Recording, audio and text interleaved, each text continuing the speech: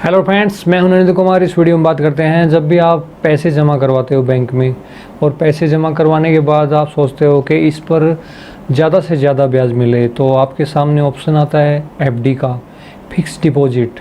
यानी कि पैसे को एक निश्चित अवधि के लिए जमा करवाना। निश्चित अवधि का मतलब ये होता है कि सेविंग अकाउंट से आप कभी भी पैसे निकाल सकते हो, उसका इंटरेस्ट अलग रेट पे लगता है। जबकि एफडी जो होता है यानी कि फ़िक्स डिपॉजिट जो होता है वो निश्चित अवधि के लिए 6 महीने, 3 महीने, साल भर, 2 साल, इस तरह से होता है उसका। तो उस पर इंटरेस्ट ब्याज थोड़ा ज़्यादा मिलता है और इसलिए कई बार कैंडिडेट क्या होते हैं, पैसे ज़्यादा होने की वजह से एफडी जो है वो एक साथ करवा देते हैं और उस पर इंटरेस्ट ज़्यादा मिलता है। और इंटरेस्ट ज़्यादा मिलने के कारण उस पर टीडीएस लगने के चांस होते हैं। टीडीएस लगने का मतलब ये है कि टीडीएस कटने के चांसेस होते हैं। तो मैं इस वीडियो में बात करता हूं कि टीडीएस क्या होता है, आप इसके लिए कैसे बच सकते हैं टीडीएस कटने से, कितने ब्याज पर टीडीएस लग सकता है और कितनी पर छूट मिल सकती है, कौन सा फार्म अप्लाई करना होता है, किस कैंडिडेट के लिए कौन सा फार्म अप्लाई करना सही होता है। इस वीडियो में यही बात करूँगा। आप देख रहे हैं अक्स चैनल और मैं आप सभी का बहुत बहुत स्वागत करता हूँ। चलिए आगे बढ़ते हैं। तो सबसे पहले हम बात करते हैं कि कोरोना वायरस के कारण इस बार जो वित्त वर्ष है वो लेट यानी कि 1 जुलाई से शुरू हो रहे हैं। अब ऐसे में जो बड़ी राशि की एफडी करवाते हैं या करवा रखी जिन्होंने, उनका टीडीएस यानी टैक्स डिडक्शन एट सोर्स, इससे बचने के लिए वित्त वर्ष के शुरू में ही 15G या 15H फार्म अप्लाई करना होता है ताकि इससे बचा जा सके। पर इस बार कोरोना वायरस के कारण केंद्रीय प्रत्यक्ष कर बोर्ड ने नए वित्त वर्ष के लिए राहत दी, यानी कि समय सीमा इसकी बढ़ाई गई। जो पिछला साल था वित्त वर्ष 2019-20, उसके भरे हुए फार्म को मार्च तक नहीं बल्कि जून लास्ट तक इसको वैध किया गया। अब ये जुलाई में यानी कि 2020-21 का जो वित्त वर्ष है इसके लिए दोबारा देना ज़रूरी है, नहीं तो निश्चित तौर पे टीडीएस कट सकता है। हालांकि ये अलग अलग बैंक में अलग समय तक दिया जा सकता है। प्रश्न ये आता है कि कब कटता है, कब लगता है टीडीएस।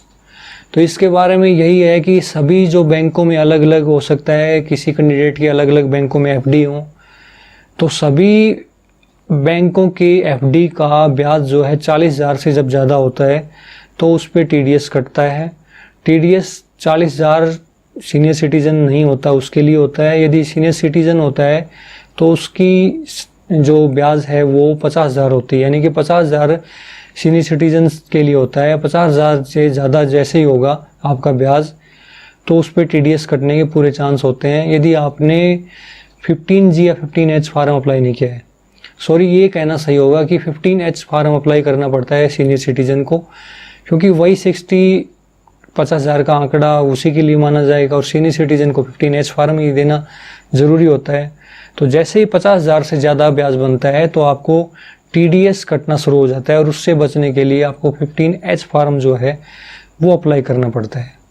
अब बात करते हैं कि यदि आपने पैन कार्ड नहीं दे रखा तो आपका जो टीडीएस है वो 10% कटता है, यानी कि 20% कटता है, सॉरी। और यदि आपने पैन कार्ड की फ़ोटोकॉपी, पैन कार्ड नंबर दे रखा है तो आपका टीडीएस सिर्फ 10% ही कटता है। तो ये नोटिसेबल होता है, बहुत इंपॉर्टेंट होता है। कई बार बैंक एम्प्लॉय जो है वो नया कैंडिडेट का मतलब जब युवा जब नई जॉब करते हैं, नई लाइफ में सेट होते हैं, पहली बार सेविंग कर रहे होते हैं, उनको इस बारे में पूरी जानकारी नहीं होती, टीडीएस क्या होता है, कैसे कटता है, कितनी ब्याज पर कटता है। तो कई बार क्या है कि वो टीडीएस काट लेते हैं और वो फार्म अप्लाई करने के लिए रिकमेंड अपने आप नहीं कर दे। तो यदि नॉलेज हो तो निश्चित तौर पे आप अपने आप ही इस फार्म को अप्लाई करने की सोचेंगे। तो क्वेश्चन ये आता है कि कौन भर सकता है 15G फार्म। अगर आप 60 साल से कम एज के हैं, ये मैं पहले बता चुका हूँ, फिर बता रहा हूँ कि 60 साल से कम आयु के हैं कोई भी कैंडिडेट तो वो 15G फार्म अप्लाई कर सकता है। इसे जमा करते हुए सुनिश्चित कर लें कि सभी छूट और कटौती यानी एग्जेप्शन और डिडक्शन के बाद आपकी कुल आय पर टैक्स देनदारी 0 हो। साथ ही एफडी पर मिलने वाला जो सालाना ब्याज है वो टैक्स की छूट बेसिक लिमिट यानी कि 2.5 लाख रुपए से कम हो। कहने का मतलब ये है, यदि आपका ब्याज सभी एफडी का 40,000 से कम है तो टीडीएस कटने का सवाल ही नहीं उठता, यानी कि TDS शुरू ही 40,000 के बाद शुरू होता है। और फार्म दे करके यदि आप बचना चाहते हैं तो वो भी एक सीमा है, 2.5 लाख ब्याज बनता है, तब तक तो आपका फार्म आपको बचा सकता है। यदि 2.5 लाख या 2.5 लाख से ज़्यादा जैसे ही आपका ब्याज होगा तो आपको कोई भी फार्म नहीं बचा सकता TDS कटने से, आपको TDS देना ही होगा। कहने का मतलब ये है। फॉर एग्जांपल मैं बात करूं, मान लो कुल आय किसी कैंडिडेट की 5 लाख रुपए है, जिसमें 3 लाख FD पर मिलने वाला उसका ब्याज मान लो आप, कुल डिडक्शन उसका यानी कि कुल खर्चा 1 लाख मान लो, तो जिसकी अलग करने पर उसकी कुल टैक्स योग्य आय 4 लाख होगी, क्योंकि उसकी कुल इनकम 5 लाख है, कुल इनकम से डिडक्शन जो इनकम जो यानी कि उसका जो खर्चा है वो 1 लाख हो गया। तो कुल टैक्स योग्य आय जिसमें 3 लाख उसकी आ गई ब्याज, FD का ब्याज आ गया था, और 1 लाख डिडक्शन हो गया, तो कुल जो है उसका इनकम बच गया 4 लाख, कुल टैक्स योग्य आय बच गई 4 लाख। इस सिचुएशन में आप 15G फार्म नहीं दे सकते, क्योंकि FD पर मिलने वाला इंटरेस्ट आपके टैक्स में छूट की बेसिक लिमिट यानी कि 2.5 लाख से ज़्यादा है। कहने का मतलब ये है 2.5 लाख से जैसे ही ज़्यादा होगा ब्याज तो आपको 15G फार्म नहीं देना। बिना 15G फार्म दिए भी आपका TDS कटेगा, देंगे तो भी कटेगा, यानी कि अप्लाई 2.5 लाख कम ब्याज होने पर होता है। हालांकि इस सिचुएशन में आप बात करते हैं कि कैसे बचा जाए, तो आपको निश्चित तौर पे आपको अपने ब्याज पे ध्यान देना होगा। बट इसके अपोजिट हम बात करते हैं कि इसी के जो कंपैरिजन में चलता है 15H फार्म, वो कौन भर सकता है, तो उसके बारे में मैंने थोड़ा सा शुरू में हिंट भी दिया कि वो सीनियर सिटीजन के लिए होता है, यानी कि जिसकी एज 60 साल या 60 साल से ज़्यादा है वो 15H फार्म अप्लाई करेगा।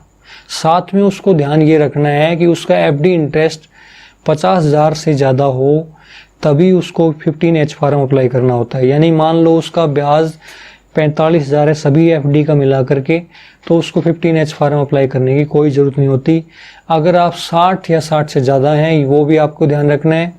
सभी छूट और कटौती का मतलब ये होता है वही जैसे मैंने पहले में बताया, सभी छूट और कटौती के बाद आपकी कुल टैक्स योग्य आय, देनदारी शून्य हो, टैक्स योग्य आय पर जो टैक्स देनदारी है वो शून्य हो, मतलब कुल टैक्स योग्य आय 5 लाख से कम हो।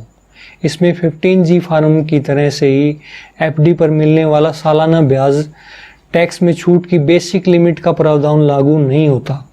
ये सीनियर सिटीजन के लिए बेस्ट फैसिलिटी दी गई है एक प्रकार की। उदाहरण के तौर पे मैं समझाना चाहूँ तो मान लो कुल आय किसी की 4 लाख है, जिसमें उसकी FD का इंटरेस्ट 3.5 लाख है। 4 लाख कुल टोटल आय है, यानी कि 5 लाख से कम है उसकी आय, 3.5 लाख उसका ब्याज है FD का, FD पर मिलने वाला सभी ब्याज, जबकि कुल डिडक्शन उसका मान लो कि 4 लाख में से 1.25 लाख डिडक्शन यानी कि उसका खर्च है, 1.25 लाख उसने खर्च कर दिया पूरे साल में, तो अलग खर्च करने के बाद उसकी जो टैक्स योग्य आय बचेगी वो 2,75,000। जब 2,75,000 जो आय बचेगी, यानी कि उसका जो FD पर मिलने वाला ब्याज टैक्स में छूट की बेसिक लिमिट से ज़्यादा है, इसके बावजूद आप 15H भरकर बैंक को दे सकते हैं, क्योंकि कुल आय पर टैक्स देनदारी नहीं होती। आशा करता हूँ ये वीडियो और ये कंटेंट, ये जो मैसेज है इस वीडियो के थ्रू आपको समझ में आया होगा और पसंद भी आया होगा। पसंद आया है तो लाइक बटन को प्रेस करें और अपने फ्रेंड्स में शेयर कर दें। कोई भी क्वेश्चन या कोई भी इसके बारे में आपको कुछ समझ में नहीं आया तो कमेंट बॉक्स में पूछ सकते हैं। आपको ये वीडियो कैसा लगा वो भी बता सकते हैं, और चैनल को सब्सक्राइब करना ना भूलें, ताकि मैं इसी तरह के जो बेनिफिशियल वीडियो हैं वो आगे भी आपको बना करके दिखा सकूं और उससे आपको और इन्फॉर्मेशन या नॉलेज है वो मिल सके। धन्यवाद।